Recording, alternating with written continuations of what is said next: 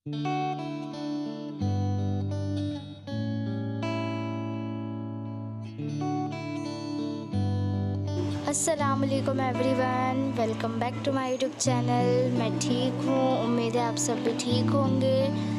अगर आप मेरे यूट्यूब चैनल पर नए हैं तो चैनल को सब्सक्राइब करना और बेल आइकन को प्रेस करना ना भूलें, ताकि जब भी हमारी कहानी का कोई न्यू एपिसोड आए तो आप देखना ना भूलें। और आप हमारे साथ हमारी कहानी के एंड तक बने रहें, ताकि हमारी कहानी में आने वाले नए नए मोड़ आपको दिलचस्प लगे। और अगर आपको हमारी कहानी पसंद आए तो लाइक कीजिए, कमेंट कीजिए, शेयर कीजिए और चैनल को सब्सक्राइब करना ना भूलें। तो चलिए रुक करते हैं हमारी कहानी अपनों के ज़ख्म परायों के मरहम के एपिसोड 8 यानी लास्ट एपिसोड की तरफ। अमरीन, मैं तुम लोगों से कुछ जानना चाहता हूँ। अदनान ने माहौल की खामोशी तोड़ते हुए अमरीन से कुछ पूछा था।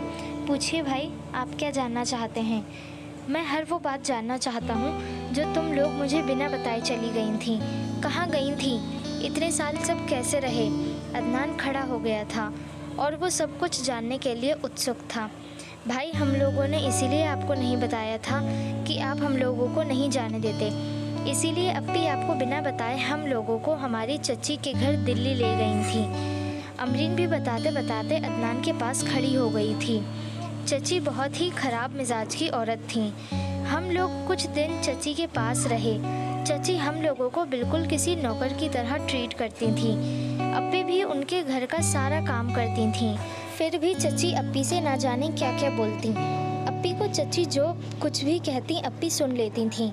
लेकिन जब भी चच्ची हम पांचों भाई बहनों में से किसी से कुछ भी कहती तो अप्पी को बर्दाश्त ना होता और अप्पी भी उनको पलटकर जवाब दे देती। अगर इतनी ही अपने भाई बहनों की फिक्र है तो इन सबको हम पर बोझ बनाकर क्यों रखी हो? इतनी ही फिक्र है तो किसी यतीम खाने में छोड़ आओ, कम से कम खाना तो मिलेगा। चच्ची बुरा सा मुंह बनाकर मेहंदी से कह रही थी। ये बात मेहंदी के दिल को चीर गई थी, लेकिन चच्चा हमेशा खामोश रहते। चच्ची कुछ भी कहती रहती, लेकिन वो कुछ भी नहीं कहते। चच्ची के 3 बच्चे थे, वो भी हम लोगों को नौकर से ज़्यादा अहमियत ना देते। चच्ची की वो बात अप्पी के दिल को लग गई थी। अभी तक उनकी बड़ी बहन जिंदा है, मेरे होते हुए मैं उनको यतीम खाने में क्यों भेजूं? मैं खुद इनको पाल लूँगी। बस अप्पी ने चच्ची की बात का इतना जवाब दिया और हम लोगों को लेकर उस घर से फ़ौरन निकल गई थी। फिर हम एक किराए के कमरे की तलाश में ना जाने कहाँ भटकते रहे। जहाँ भी जाते वो एडवांस किराया मांगते, जो हम लोगों के पास नहीं था। फिर हम एक ऐसे घर में गए जो टूटा फूटा था और बहुत बुरी हालत में था। उस घर में एक बूढ़ी औरत और उनका बेटा अकेले रहते थे। वो लोग बहुत शरीफ थे।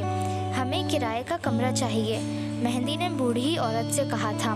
देखो बेटा, यही टूटा फूटा घर है, पीछे एक कमरा है। अगर तुम लोगों को ये अच्छा लगे तो तुम लोग रह सकती हो। बूढ़ी औरत टूटी फूटी खटिया से उठते हुए कह रही थी। देखिए, अभी हमारे पास एडवांस नहीं है। मेरा काम लगते ही मैं आपका सारा किराया दे दूंगी। इन छोटे छोटे भाई बहनों को इस पराये शहर में लेकर कहाँ कहाँ भटकूंगी। अगर रहने का कोई इंतज़ाम हो जाता तो मैं बेफिक्र होकर कोई काम ढूंढ सकती हूँ। कहाँ है तुम्हारे भाई बहन? ये हैं मेरे भाई बहन, बूढ़ी औरत ने अपना चश्मा उंगली से ऊपर खसकाते हुए कहा था। अच्छा, तो ये हैं तुम्हारे भाई बहन, और तुम्हारे माँ बाप कहाँ हैं? बूढ़ी औरत ने तहकीकात करते हुए कहा था। वो दोनों एक ट्रेन एक्सीडेंट में फौत हो गए। मेहंदी इतना कहते हुए रोने लगी थी। उसकी आंखों में आंसू झलक आए थे। नहीं बेटा, मत रो, खुदा तुमको सब्र दे और हिम्मत अदा करे। वो बूढ़ी औरत बहुत नर्म दिल थी। मेहंदी को रोता देखकर उसने आगे बढ़कर मेहंदी के आंसू पोंछे थे। अच्छा बेटा, जब तक चाहे यहाँ रहो, किराया देने की कोई ज़रूरत नहीं। मैं किराया ज़रूर दूंगी, तभी मैं यहाँ रहूँगी। मेहंदी ने उनकी बात का फ़ौरन जवाब दिया था। अच्छा बेटा, दे देना किराया। जब तक नौकरी नहीं मिलती, जब तक इसे अपनी खाला का घर समझकर रह सकती हो। नहीं खाला जान, मैं किसी पर बोझ बनकर रहना नहीं चाहती। नौकरी मिलते ही मैं आपका एडवांस समेत सारा किराया अदा कर दूंगी। अच्छा बेटा, कर दे। अच्छा, तुम लोग अंदर आओ, यहाँ बैठो। उन्होंने सब बच्चों को अंदर बुलाकर बिठाया था, पानी पिलाया था। बेटा, तुम सब लोग खाना खा लो। नहीं खाला जान, हम लोगों को भूख नहीं है। हम लोग पहले कमरे की सफाई कर लें, फिर कुछ खाने का इंतज़ाम करेंगे। अच्छा बेटा, जैसा तुम लोग ठीक समझो। यह है कमरा। मेहंदी ने अपनी नज़र चारों तरफ दौड़ाई थी। चारों तरफ ऊंचे और मोटे मोटे जाले लगे थे। कमरे की दीवारों का फर्श उखड़ा उखड़ा सा था। ऐसा जमीन का फर्श भी था। कहीं भी ऐसी जगह नहीं थी जहाँ कुछ साफ नजर आए। लगता था जैसे उस कमरे की बरसों से सफाई नहीं हुई थी।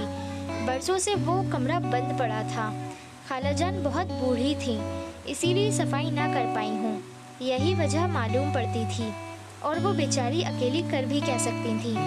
अच्छा बेटा, तुम लोग सफाई कर लो, किसी चीज़ की ज़रूरत पड़े तो मांग लेना। वो वहाँ पर झाड़ू रखी है, उठा लेना। बूढ़ी खालाजान सब कुछ बताती हुई धीरे धीरे अपने कदमों से अपने कमरे में चली गई थी। बड़ी देर बाद सफाई हो पाई। छोटे भाई बहनों ने पूरा हाथ बटाया था। जो टूटा फूटा फर्नीचर उस कमरे में बरसों से बंद था, जिसका कोई इस्तेमाल नहीं किया गया था। किसी कुर्सी की टांग टूटी थी, किसी का कुछ टूटा था।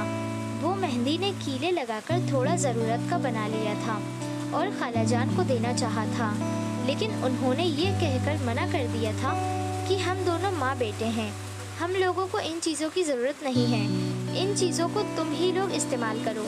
मेहंदी ने कमरे को बहुत साफ सुथरा और अच्छा कर लिया था। सारा काम निपटाने के बाद कुछ सुकून सा मिला। अप्पी, शाम हो रही है और खाने का कोई इंतज़ाम नहीं है। अप्पी, हम तो बड़े हैं, लेकिन ये लोग बहुत छोटे हैं। ये लोग भूख कब तक बर्दाश्त करेंगे? कल से सब भूखे हैं, अमरीन मेहंदी से कह रही थी, जो अभी कुछ देर पहले ही काम ख़त्म करके बैठी थी। अप्पी, आप क्या सोच रही हैं? मेहंदी को कुछ सोचता हुआ देखकर अमरीन ने पूछा था। कुछ नहीं, मैं भी आती हूँ, तुम इन सब का ख्याल रखना। मेहंदी ने एकदम कुर्सी से उठते हुए अमरीन से कहा था। लो ये सब, अब हम जल्दी से खाना पकाते हैं, फिर सब साथ बैठकर खाएंगे। मेहंदी ने अमरीन के हाथ में सामान से भरी डलिया देते हुए कहा था। अप्पी, आपकी गले की चेन कहाँ है? और हाथ की अंगूठी भी नहीं है। अमरीन ने मेहंदी का गला और उंगली खाली देखकर पूछा था। तुम ये फालतू बातें छोड़ो और खाना बनाने में मेरी मदद करो। मेहंदी अमरीन की बात को नज़रअंदाज करते हुए कह रही थी, और बताती भी क्या कि आज वक्त के हाथों मजबूर होकर अपने भूखे भाई बहनों के लिए अपने प्यार की निशानियों को बेचने से पहले उसने एक बार भी नहीं सोचा, क्योंकि प्यार से बढ़कर पहले उसका फर्ज था जो उसके भाई बहन थे। इसीलिए उसने इतना बड़ा फैसला करने से पहले ज़रा भी नहीं सोचा। 1 महीने के राशन का इंतज़ाम तो मेहंदी ने कर लिया था, लेकिन अगर कोई काम जल्द से जल्द मिल जाता तो। मेहंदी रात को लेटी लेटी सोच रही थी। मकान मालकिन बहुत अच्छी थी, उनका वो किसी अपने से बढ़कर ख्याल रखती थी। अमरीन और मेहंदी उनके घर का काम भी कर दिया करती थी। वो बहुत कमज़ोर और बूढ़ी थी, इसीलिए वो हमेशा बीमार रहती थी। उनका बेटा कहीं और अपनी बीवी बच्चों के साथ रहता था। वो तो कभी कभी अपनी बूढ़ी माँ से मिलने आ जाया करता था।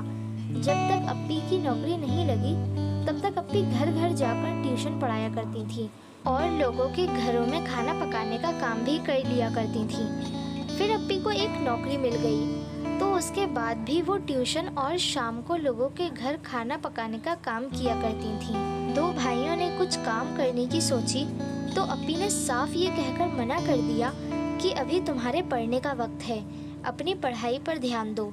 और अकेले ही परेशानियों का सामना करती रही और यही कहती कि मेरे अम्मी अब्बू की जिम्मेदारियों को हमेशा पूरा करती रहूंगी।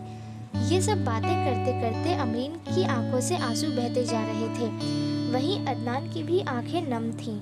अमरीन की बातें सुनकर अदनान को मेहंदी पर बहुत फक्र हुआ और उसकी नज़रों में मेहंदी की इज्जत और बढ़ गई। अच्छा अमरीन, आशू, तुम लोग थोड़ा रेस्ट कर लो। नहीं भाई, अब हम लोग जाएंगे। नहीं अमरीन, तुम लोग रुको। दरवाजे पर जैसे एक दस्तक सी हुई। कौन है? दरवाज़ा खटखटाने की आवाज़ पर मेहंदी ने कमरे में से पूछा था। कौन है? किसी ने दोबारा दरवाज़ा खटखटाया था। जवाब ना मिलने पर मेहंदी ने अपने हाथ का काम छोड़ते हुए कहा, पता नहीं जवाब क्यों नहीं देते, खटखटाए जा रहे हैं बस। मेहंदी ने अपने दुपट्टे से हाथ पोंछते हुए दरवाज़ा खोला था। सामने कोई और नहीं अदनान था, जैसे सामने अनचाहा ख्वाब हो। मेहंदी, मेहंदी, अदनान के दोबारा टोकने पर जैसे वो चौंक सी गई थी। अब अंदर आने के लिए भी नहीं कहोगी क्या? वो मुस्कुराकर कह रहा था। नहीं, ऐसी बात नहीं है, आप अंदर आइए ना, उसने बौखलाकर जवाब दिया। उसने कभी सोचा भी नहीं था कि अदनान इस तरह एकदम सामने आकर खड़ा हो जाएगा। मेहंदी ने सामने रखे एक पलंग पर बैठने को इशारा किया था। अदनान ने कमरे में चारों तरफ नजर दौड़ाई थी, जिसमें सिर्फ एक पलंग रखा था और सामने किचन में कुछ बर्तन रखे हुए थे और सामने पत्थर की अलमारी में कुछ कपड़े और किताबें रखी हुई थीं। अदनान को कमरे का जायजा लेते देखकर वो झेंप सी गई थी, लेकिन उसने उसका चेहरा पढ़ते हुए फौरन बात करने लगी थी। वो तो मैं यहाँ काम के सिलसिले में रुकी हुई हूँ, इसीलिए कुछ लेकर नहीं आई। खैर, ये सब छोड़िए, वो चाय का मग आगे बढ़ाते हुए कह रही थी और पलंग के दूसरे कोने पर जाकर बैठ गई थी। और आपके बीवी बच्चे कैसे हैं? और मोहसिन कैसे हैं? वो अपनी बात पर जोर देते हुए कह रही थी। वो सब ठीक हैं, अदनान चाय का मग हाथ में लेते हुए कह रहा था। मेहंदी, तुमने मेरे साथ ऐसा क्यों किया? अदनान के लहजे में शिकायत थी। मैंने क्या किया? अदनान की बात पर मेहंदी अनजान बनते हुए कह रही थी। तुम मुझे बिना बताए कैसे जा सकती हो? तुम मेरा दिल बार बार क्यों दुखाती हो? अदनान संजीदगी भरी आवाज में बोल रहा था। मैं आपका फिर दिल क्यों दुखाऊंगी? मेरे ऑफिस का काम खत्म हो गया था तो मैं आ गई, और कोई बात नहीं है। मेहंदी उसकी बात का मतलब समझाते हुए अनजान बन रही थी। मेहंदी, कब तक यूं अपने आप से भागती रहोगी? अदनान उठकर उसके पास आकर बैठते हुए कह रहा था।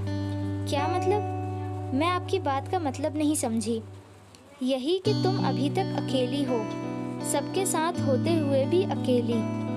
ऐसी कोई बात नहीं है, मेरे शौहर हैं, मेरे बच्चे हैं। वो उसकी बात को इनकार करती हुई पलंग से उठी थी और नजरें चुराते हुए उसकी बात का जवाब दे रही थी। अदनान भी उठकर उसके करीब आकर ही खड़ा हो गया था। मुझसे नजरें क्यों चुरा रही हो? क्योंकि तुम झूठ बोल रही हो। अदनान की आंखों में गुस्सा और शिकायत दोनों नजर आ रही थी। तुम्हारी कोई शादी नहीं हुई है, कोई बच्चे नहीं हैं, तुम सिर्फ अकेली हो। तुम मेरे साथ हमेशा ऐसा क्यों करती हो? मेहंदी के पास उसकी बातों का कोई जवाब नहीं था। अदनान ने उसे सच का आईना दिखाया था, जिसकी वजह से वो जोर जोर से रोने लगी थी। उसकी आंखों से आंसुओं की झड़ी लगी थी। अदनान ने उसके आंसू पोंछे थे। मेहंदी, मैं आज भी उसी रास्ते पर खड़ा हुआ हूँ जिस रास्ते पर तुम मुझे छोड़कर गई थी। अदनान उसका हाथ पकड़ते हुए कह रहा था। नहीं अदनान, अब रास्ते बदल चुके हैं, वो उसका हाथ छुड़ाते हुए कह रही थी। मैंने भले ही शादी नहीं की, पर तुम्हारी शादी हो चुकी है। इसी वजह से मैं तुम्हें बिना बताए आ गई थी कि मेरी वजह से तुम्हारी शादीशुदा ज़िंदगी में कोई परेशानी ना आए। तुम्हें कैसे पता कि मेरी शादी हो गई है? वो उसकी बात पर मुस्कुराते हुए कह रहा था। बताना क्या है, मैं तुम्हारे बेटे से मिली हूँ। मेहंदी उसकी बात का जवाब देते हुए कह रही थी। वो मेरा नहीं, शीरीन अप्पी का बेटा है, जो प्यार से मुझे अब्बू कहता है, या ये कहिए कि मैं खिलवाता हूँ। अगर तुम्हें याद हो तो उसका नाम मोहसिन है, जो मैंने हमारे बेटे का नाम सोचा था। मेहंदी उसकी बातें सुनकर जैसे हैरान थी। आपने मुझसे झूठ क्यों बोला? मेहंदी गुस्से में पूछ रही थी। वो तो मैंने इसीलिए कहा कि मैं भी समझा कि तुम्हारी शादी हो चुकी है। अदनान उसकी बात का जवाब देते हुए उसके और करीब आ गया था। पर आपको पता कैसे चला कि मैं झूठ बोल रही हूँ? तुम्हारे जाने के बाद अमरीन और आशू से मुलाकात हुई और उन्हीं से सब पता चला, और यहाँ का पता भी। अदनान ये सब बता रहा था और उसने मेहंदी का हाथ अपने हाथों में पकड़ लिया था और जोर से उसने मेहंदी का हाथ दबाया था। आह! जिसकी वजह से मेहंदी के मुंह से आवाज़ निकली थी। अदनान ज़ोर से हंसा था। अब मुझे छोड़कर नहीं जाना। अदनान के इस शौक़ी भरे अंदाज पर मेहंदी शर्माकर मुस्कुरा दी। अदनान ने आगे बढ़कर उसे अपने सीने से लगा लिया था। मेहंदी के ज़ख्मों पर अदनान ने अपनी मोहब्बत का मरहम रखा था। अब मेहंदी की ज़िंदगी में खुशियों का आगाज़ हो रहा था। चारों तरफ खुशियों के फूल खिल रहे थे। दोनों आज बहुत खुश थे। बहुत वक्त बाद इन टूटे हुए दिलों को मोहब्बत का मरहम मिला था। चारों तरफ खुशियाँ ही खुशियाँ थीं। आपने हमारी कहानी का एंड सुना। आपको हमारी कहानी का एंड कैसा लगा हमें कमेंट करके ज़रूर बताएं। अगर पसंद आया हो और हमारी कहानी पसंद आई हो तो लाइक कीजिए, कमेंट कीजिए, शेयर कीजिए और चैनल को सब्सक्राइब करना ना भूलें। तो चलिए मुलाकात होगी एक नई कहानी के साथ। तब तक के लिए खुदा हाफिज़ and thank you for watching.